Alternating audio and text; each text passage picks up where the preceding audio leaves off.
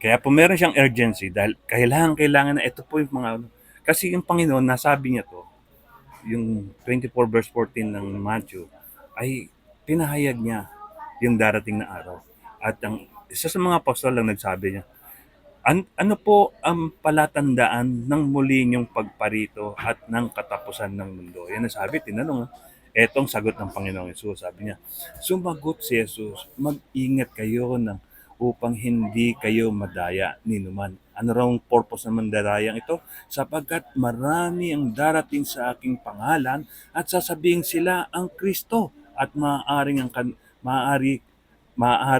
marami ang kanilang maliligaw. Sasabihin nila, sila ang appointed son of God. Sasabihin ng mga tao, umanib ka sa iglesia namin at maliligtas ka. Ito yung mga sinasabing mga makabagong nagpapanggap na Kristo eh. Ibig sabihin, ang iglesia nila ang Kristo. Hindi. Umanib ka sa aming samahan. Halimbawa, yung dating daan o yung iglesia ni Kristo o yung Muslim. So, umanib ka sa amin, maliligtas ka.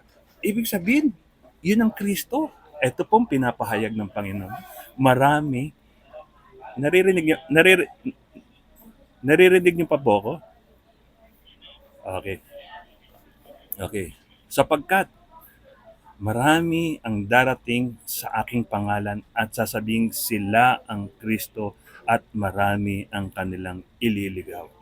So sabi, marami raw ang maliligaw. Sipin niyo po, no? Bakit? Nakakalung... Pwede pong pakimute. Pwede pong pakimute. Ayan, pakimute lang po please. Okay. Pakimute, Ate Glo, please.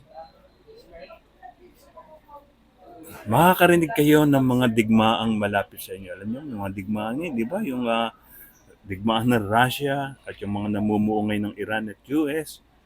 Talagang marami. Makakarinig kayo ng mga digmaan. Ito yung palatandaan, sabi niya. Mababalitaan niyang na may mga digmaan din sa malayo, ngunit huwag kayong matatakot, sabi ng Panginoon Sus. Kinakailangan mangyari ang mga ito, ngunit hindi pa ito ang katapusan sapagkat magdidigmaan ang mga bansa at mga kaharian, magkakaroon ng tagutom at paglindol sa iba't ibang lugar. Ang lahat ng ito'y pasimula pa lamang ng mga paghihirap na darating. Sa panahong iyon, kamumuhian kayo dahil sa pagsunod nyo sa akin. Dadakpin kayo upang parusahan at patayin. Marami ang tatalikod sa kanilang pananampalataya, kapupuotan at ipapahuli nila ang kapwa nila mananampalataya. Ito nakakalungkot itong isipin, no?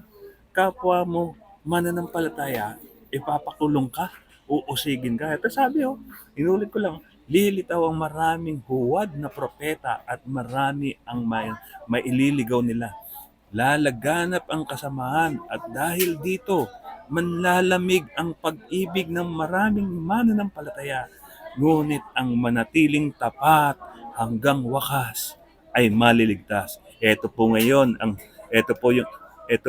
ang ating text. Sinabi niya sa verse 14, kaya ipangangaral sa buong mundo ang magandang balita tungkol sa paghahari ng Diyos upang malaman ito ng lahat ng tao at sa kadarating ang katapusan. Minsan may nagtanong po sa Bible, sabi niya, ba't ganun eh? Sabi darating na ang Panginoon pero bakit hanggang ngayon namatay na yung mga kalululuhan namin, di pa dumarating ang Panginoon. Sabi po sa 2 Peter chapter 3 verse 9, hindi nagpapabaya ang Panginoon sa pagtupad sa pangako niya, gaya ng inaakala ng ilan. Ang totoo, binibigyan lang niya ng pagkakataong magsisi ang lahat sa mga kasalanan nila dahil ayaw niyang mapahamak ang sinuman. Ibig sabihin, kaya po pala nadidelay ang pagdating ng Panginoon Jesus. Binibigyan pa niya ng pagkakataong magsisi ang lahat sa mga kasalanan nila. So, balikan po natin, no? God is never without God is never without a witness. And He will proclaim the gospel from heaven itself if necessary. Ibig sabihin, laging may nagpapatunay patungkol sa Diyos. Kung hindi tayo magpapatunay patungkol sa Diyos, He can proclaim the gospel from heaven. Kaya niya itong sabihin. Pero mapalad po tayo, we are blessed. Alam niyo po bakit? God gave us an opportunity to be His witness. Di ba? Kalahin niyo po, hindi yung angel ang naging witness niya, kundi tayo. Ang pag-witness po, it was started by Jesus Christ, followed by the apostles and disciples today. Alam niyo po, nung una, kaya dumating ang Panginoon tulad na nasabi natin kanina, upang akayin muli sa pag akayin muli ang mga tao sa pagkalapit sa Diyos. Dating malapit ang tao sa Diyos, di po ba? Nung wala pang kasalanan, nakakapag-usap ang Panginoon, ang Diyos at ang si Adan at si Eva. Pero nung pumasok ang kasalanan, naghiwalay at patuloy na dumami ang kasalanan. It was started it it was started by Jesus, followed by the apostles and disciples today. Alam niyo po, pwede paki-mute please. Hello po.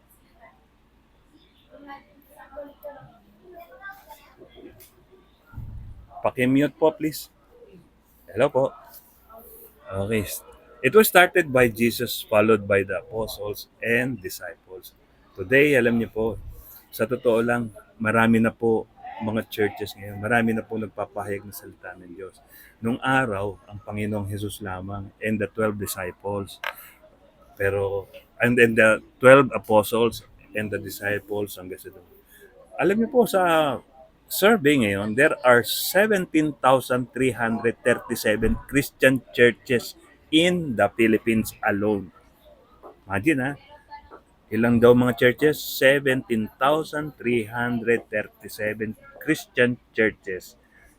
Tawag dito, registered sa Security and Exchange Commission na churches. Yan yung sa world, nationwide lang yan sa Philippines lang yan.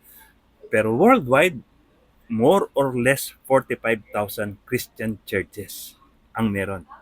So makita natin, laganap na. Sa totoo lang tapos sabihin sa inyo, diretsahan. Sa church namin, lumakad ka lang ng mga 10 lakad lang, may another church. Konti pang lakad na another 10, o gawin mo ng 20, church na naman. And then church na naman. Church na naman. Sa totoo lang, subdivision pa lang namin. Hindi lang 5 churches meron. So, ganun na po karami, kalaganap ang pagpapahayag ng salita ng Diyos. Ngayon, ganito po, and still growing, sabi, and it's still growing. Tuloy, parami ang mga churches. Ano po yung naging epekto? Sa totoo lang, meron kahit na mabuti ito, meron din isang hindi magandang epekto. And that is division. Hindi natin namamalayan, nakakagawa ang kaaway kahit na Christian churches pa yan, upang sirain, wasakin ang mga churches. How many times na nabalitaan na natin ang dami ng mga breakaway churches? Di ba? Humihiwalay. Pero sa dami, tulad ng sinabi kong figure, 17,337 Christian churches na kung saan tumatawag sa Panginoon, sa Diyos. Pero bakit hindi magkaisa? Ito sabi nga ni Pastor Perry, pag naririnig ko yung body of Christ, ang sarap pakinggan Pero bakit hindi nagkakaisa? Minsan tumakbo sa pagkapangulo ang isang pastor, Brother Eddie Villanueva. Bakit hindi nagkaisa mga mananampalataya na supportahan siya? Pero wala na yun, hindi ko naman po yun binibigyan ng gravity. Ang inaano ko lang, bakit ang hirap i-unite yung body of Christ? Samantalang iisa naman Diyos ang tinatawagan. Pero bakit? Kasi sabi ng kaaway, di ba? Naparito ang kaaway upang mandaya, magwasak, at pumatay. Ito ba yung epekto? Division, agawan ng miyembro. sa amin nangyayari yan. Sa amin din, ganyan nangyayari. Alam nyo, ang dami namin mga miyembro, inagaw na. Kahit wala man lang pag-uusap yung pastor sa pastor, o yung miyembro mo dito na raw umattend, walang pag-uusap, basta kuha, kuha lang, dagit lang ng dagit, agawan ng miyembro. Pangatlo yung pagalingan. Ito makita natin, 'di ba? Kapag nakikita natin, kala napakagagaling eh, 'di ba? Kapag very eloquent, 'di ba? Sabi nga ni Apostol Pablo, ako hindi ako eloquent magsalita. Pero nasa puso ko yung pagpapahayag ng salita. Si Apollos kasi very eloquent magsalita ng salita ng Diyos eh. Pero hindi po yung pagalingan. No, ano ba yung pinakadiwa? Ano ba yung pinakadiwa ng ebanghelyo? 'Di ba? Ano ba yung sabi ng Panginoong Yesus? Christ's ministry bring us to repentance, us forgiveness, cleanse us from sins, transformation of life, mold us to grow to be fruitful. Ang sabi po rito, ano ba yung pinakalayunin ng Panginoong Yesus? Ulitin ko lang dito. Ano bang pinakalayunin ng Panginoong Yesus? Una, sabi natin, ilapit ang tao sa Diyos sa pamamagitan ng, sabi niya, pagsisihan na ninyo at talikdan ng inyong mga kasalanan sapagkat malapit na maghari ang Diyos. Ito sabi niya sa Mateo chapter 4 verse 17, simula noon, nangaral na si Jesus at ito ang kanyang mensahe. Pakinggan po natin mga kapatid, pagsisihan na ninyo ang inyong mga kasalanan dahil malapit na ang paghahari ng Diyos. So, ang unang statement na pag-evangelize ng Panginoon is to acknowledge ng acknowledge i-acknowledge ng mga tao ang kanilang kasalanan, pagkakamali. Pagsisihan ito.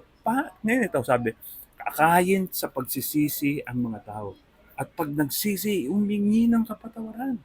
At pag humingi ng kapatawaran, malilinis sila buhat sa kasalanan. At magkakaroon ng pagbabagong buhay, paghubog sa paglago at pamumunga. Yan ito naman, no? Kaya po, sinabi ng Panginoon Diyos to, nung time na yon, nung nangaral siya, nagsisibang lahat ng mga tao nung sinabi niya, di ba, ginalang pa rin ng Panginoong Yesus yung freedom to choose ng mga tao. Nagkaroon po sila na binigyan siya ng Panginoon na pagsisiyan ng talikdan. May mga nagsisi po ba ron? Marami meron siguro, pero hindi lahat eh. Pero ngayon, paano patatawarin ang isang tao ng Diyos kung hindi naman humihingi ng tawad? Sa iyo, sa ating pong buhay, paano ba patatawarin yung nagkasala sa iyo kung hindi naman humihingi ng tawad? O sabi mo, exempted na siya? Hindi po eh. Kailangan humingi siya ng tawad. At sa paghingi ng tawad niya, ina-acknowledge niya ang pagkakamali niya. Katulad po natin, kapag nung tinanggap natin ang Panginoong Yesus bilang Panginoon at tagapagligtas, kinilala natin ang pagkakamali natin, yung pagkakasala natin, at inihingi natin ng kapatawaran.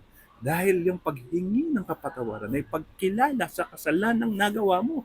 Kaya nga to, ang ating layunin ay maging layunin din naman, ay ang layunin ng Panginoong Hesus ay maging layunin din dapat natin. Akayin ang mga tao sa pagsisisi at upang sila ay i-leads sa paghingi ng kapatawaran at sila'y malilinis buhat sa kasalanan. Kasi ganito eh. 1 John 1:9, if we confess our sins, God is faithful and just to forgive us. Di ba? If we confess. Paano kung hindi mo kino-confess? Kailangan na i-confess, Lord, patawarin mo ako. And that is confession. Patawarin mo ako sa mga kasalanan kong nagawa. Confession po yun. Kasi ina-acknowledge mo, kinikilala mo yung kasalanan mo nagawa. At the same time, ang maglilinis sa buhay natin yung dugo na nabuhos sa krus ng Kalbaryo. Hindi yun ang pantubos, pambayad ng kasalanan natin. Di ba? Gaano sa tingin natin tayo ka-espesyal sa Diyos? Sarili niyang anak, isipin natin, hindi niya pinagkait sa atin. Para lang tayo matubos kasalanan natin para lamang tayo maligtas buhat sa apoy ng impyerno. Para lamang tayo makapiling niya sa kanyang kaharian. Yeah? Ano kaya ang iniisip ng Panginoon nung time na nakikita niyang pinapahirapan ng anak niya? Ano kaya ang nasa damdamin ng ama nung nakikita niya nakapako ang kanyang anak sa krus ng Kalbaryo? Iniis lahat ng ama yan for us to be saved. Amen? Praise the Lord. Alam niyo po, yung bagong buhay natin ito ang magiging saksi natin sa mga tao upang sila rin ay akayin sa pagsisisi at paghingi ng tawad sa Panginoon at kilalanin ang Panginoong Jesus bilang kanilang Panginoon at tagapagligtas. Purihin po ang Panginoon sa mensaheng kanyang ibinahagi sa atin. Tayo pong lahat ay inanyayaan ko pong tayong lahat ay yumuko at manalangin. Panginoong Diyos, kami patuloy na nagpapasalamat sa inyo. Sa kabila po ng kami ay hindi karapat-dapat, Panginoon, ay pinadama mo pa rin ang pagmamahal mo po sa amin. Sukdulan po, pangtunayan mo sa amin na ganun po kami kamahal. Napakahirap po para sa amin gawin namin yung anak namin. I-donate namin para sa ikaliligtas na ibang tao. Hindi po namin magawa, pero ginawa mo ito po, Panginoon, para sa amin. Patunay lamang na ganun mo po kami kamahal. Ganun kami ka-espesyal sa iyo, Diyos. Kaya naman po, Panginoon, patuloy mo po kami bigyan ng pagnanasa, lakas ng loob at tapang upang ang mga tao rin, Panginoon, ay mabadama rin nila ang ganong uri ng pagmamahal mo sa kanila. Ang hindi masukat na lawak ng iyong pangunawa at pagmamahal sa kanila. Lord, maraming po salamat. Nawa po, ipatuloy mo po kaming i-empower, oh Lord God, i-recharge sa paglilingkod po sa iyo, Lord God. Sa kabila po ng lahat, minsan, Panginoon, ay meron pong mga hindrances. Kabila po ng lahat, Panginoon, minsan kami po ay nakakaranas din po ng panghihina, Lord God, pero hindi ka pa rin po sumusuko sa amin. Lagi pa rin kami pinapalalahanan at pinapapatnubayan sa lahat ng aming pong ginagawa. Pagpalain mo po, Panginoon, patuloy ang bawat isa. Nawa ang mensaheng ito na ibinahagi mo sa amin, magsilbing hamon po sa amin upang pag-apuyin ang aming damdamin at maibahagi ang iyong salita sa mga taong aming mga kasalanan. Sa pangalan po ni Jesus, ito po ang aming nagkakaisang panalangin. And everybody say, Amen. Amen.